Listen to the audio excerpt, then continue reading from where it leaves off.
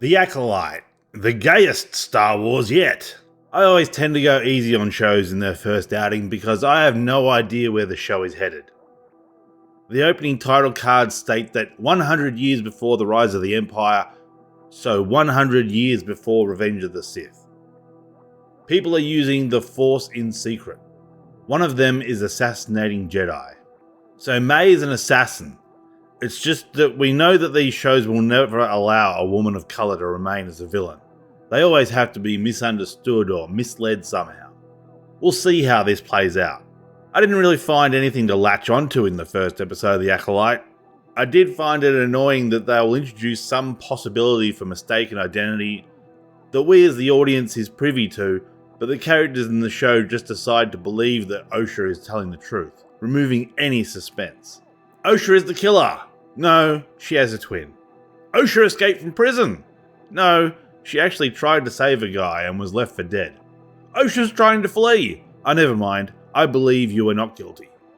Honestly, it's a 7 out of 10, and that's being generous. The sets and costumes were pretty good, with some funky new aliens/cyborgs. The one real mystery is who is the main bad guy, and why are the Jedi reluctant to tell anyone about the murder of a Jedi? Is Trinity trying to ignore her? She's facing away from her as she approaches. Attack me with all your strength, with a Bruce Lee kung fu pose, hypoxy. The Jedi do not attack the unarmed? Since when? Haha, these guys throwing a punch and then freeze framing so May can get into a counterattack. Haha, this guy's struggling to get his gun out of its holster. Don't move or anything, just stand there yanking on it. I don't know why Trinity hasn't pulled her lightsaber out yet. This woman is clearly a threat. Obi-Wan chopped a guy's arm off because his friend said he didn't like Luke. Some people like this fight, but to me it was boring. It reminds me of The Matrix when Neo becomes the One and he fights Smith while checking under his fingernails for dirt. It's supposed to represent how much the passive fighter realizes they outclass the attacker, but with no history it just seems like arrogance. Neo at least had been brutalized by Smith in previous scenes, so this nonchalant way of fighting is a visual way of saying he's now so comfortable fighting that he can afford to barely show interest. It's a good contrast in the case of Neo. Here, it just makes the attacker appear to be of little to no threat. Having an unidentified Force user is enough of a peculiarity to deserve being reported. Reported to whom? I'm unsure. Is this a cross-galaxy reporting method, or is it just reporting across town? It can't be across town because May asked where the Jedi was, implying there's only one in this city. Trinity can stop someone from falling with the Force. Why not use it on May as she jumps? You'll never touch the ground again. Wouldn't Trinity recognize May as Osha? She probably trained her, and I assume they all believe May to be dead. A Jedi doesn't pull her weapon unless prepared to kill. I've seen Jedi use it as a torch and as a way to disarm people, to open doors, and to use as a shield to deflect blaster bolts. Kunai kill, but a lightsaber doesn't? Unless Trinity is the big bad. May retrieves some of her kunai but doesn't take the one from Trinity's chest. Osha wakes up. She has different hair. She doesn't have the long bits down the sides. Obligatory toy-shaped droid. Pip! We just got through Fallout. The Nemoidians! Ah, boo. They're not racist Asian stereotypes anymore. The notorious fire in space shot. They should have just made it a jet of flame and no one would have cared. But I suppose they wanted to have the flames in the visor to trigger Osha's memories. Simple solution, have Osha repair something in the engine room and have the fire start there. Just have the fire start indoors in an oxygenated environment with artificial gravity. I like how the safety line kind of wobbles like it's in low gravity. Pip's an alarm clock, a welder, and a fire extinguisher.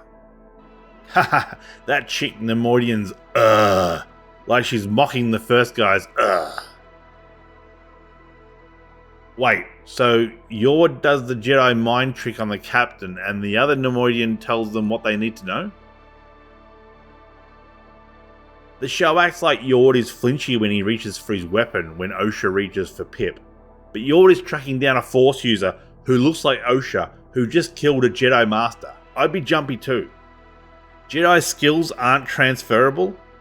I'm sure someone would take you on as security, or as a mercenary, or law enforcement.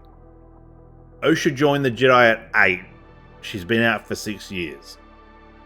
Osha's lost mothers and a sister. No father? Brother?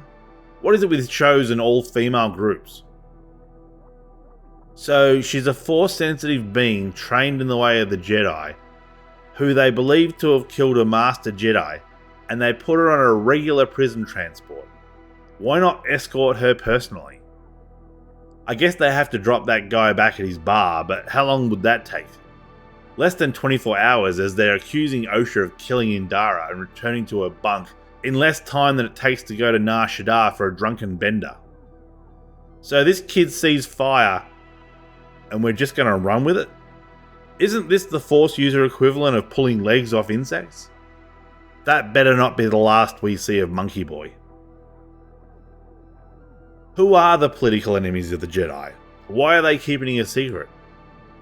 How can you keep it quiet with discretion if you also intend to make an example of this Jedi killer?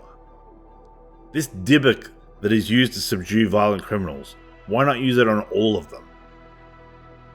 This band of criminals seems like it was chosen specifically to break out of this prison ship.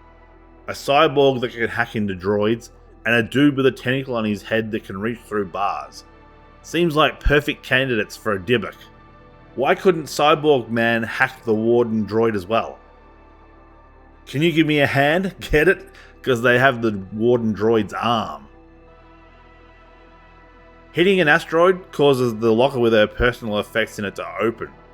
But wasn't Pip on the Charger in her old ship? Why would they let her bring a welder/fire extinguisher on the prison ship? And Pip isn't capable of locomotion? She needs the ship to tilt in such a way that Pip slides towards her. We get to see how good of a person Osha is by her not leaving a prisoner to die. She even gets a musical flourish of heroism, so Pip can be used as a stun gun. And now that Dybbuk is loose on the ship, the prisoner awakens and understandably runs for the escape pod. I like how the escape pod causes the ship to change its trajectory. So she doesn't strap herself into the pilot's seat, but instead to where some canisters were tied in. Am I right to assume that she didn't use the pilot seat because there was a fire, even though Pip is a fire extinguisher? So the holding cells in the Jedi Temple have force fields. Why not on the prison ship? They're trying to keep the fact that someone is killing Jedis a secret, yet these prisoners already know that they're travelling with a suspected Jedi killer. Osha didn't tell them that. Who did? Why does Venestra want Sol to take a small team? Why does he have to be discreet? Surely the fact that a prison transport has suffered a mutiny is enough to send a large team. Osha awakens after the crash. I'm not gonna lie, I assumed that everything that happened after this point was that Dybbuk messing with her mind. She should be freezing, and injured. She's been thrown free from where she was sitting and the seats aren't even in their original location. So Osha started having these hallucinations even before the Jedi arrived. Has she been having them all along? At least Yord shows a willingness to learn from his mistakes. He acknowledges that he should have brought Osha in himself and wants to redeem himself. Good for him. The dude's ripped. Is May forcing these hallucinations on Osha, or is Osha just having them on her own? If it's on her own, then her head is messed up. So the entire hallucination was just a dream, or did she actually hallucinate it? Because the hallucinations told Osha that May killed Trinity. So Sol took Osha in 16 years ago, when she was 8. So now she's 24. Why isn't the fact that Osha had a twin the first thing that is brought up when someone who matches her description is accused of being a Jedi killer? The fact that you never recovered a body should be evidence enough. Why is she running? Her only way off this ice ball is via another ship. Uh-oh, that Jedi ignited his lightsaber. He must be going to kill someone. Stop in the name of the Republic and the Jedi Order. I'm getting a police state vibe from these Jedi.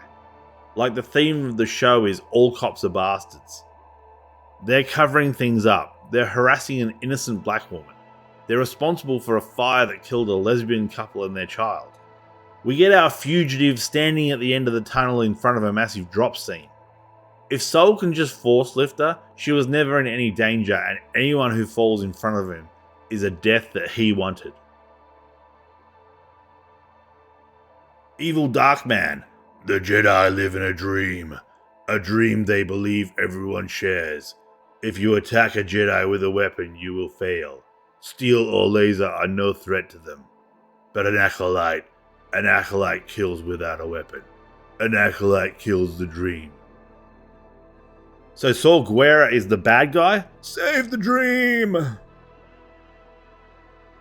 But May just killed Indara with steel, in the form of a weapon. So it feels like all we're left to know is why May is evil, and who the Man in Black is. Pretty dull stakes so far. This feels more personal than anything that could threaten the galaxy. I'm going to reduce my rating from a 7 to a 6. After thinking about it, there's just so many opportunities for mysteries. Maybe mysteries that we know the answer to, but the characters have not yet discovered, that are brushed away with a simple, I believe you. Oh no, is that one of the themes of the show? Believe all women? Oh dear God, no. So many things rely upon stupidity for them to proceed. Like putting Osha in the prison ship with can opener arms McGee and files for fingers Johnson. A more likely prison escape team you could not assemble. The fight was boring. A character was killed that I had no reason to care about other than they were in a sci-fi series that started as one of the all-time greats and degenerated into schlock. Oh wait, that's very appropriate. I don't know enough about Osha to care about her. What does she believe in? Is she a good guy or a bad guy? We'll find out soon enough because they released 2 episodes at once. The absolute madmen. On to episode 2 of The Acolyte. Thanks for watching. If you like what you saw, please consider subscribing. I release reviews occasionally when time allows, and a thumbs up would be a big motivator for further reviews. If you didn't like it, feel free to leave a thumbs down and let me know how I can improve in the comments below. Anyway, I'm Mixie, thanks for your time, and have a good one.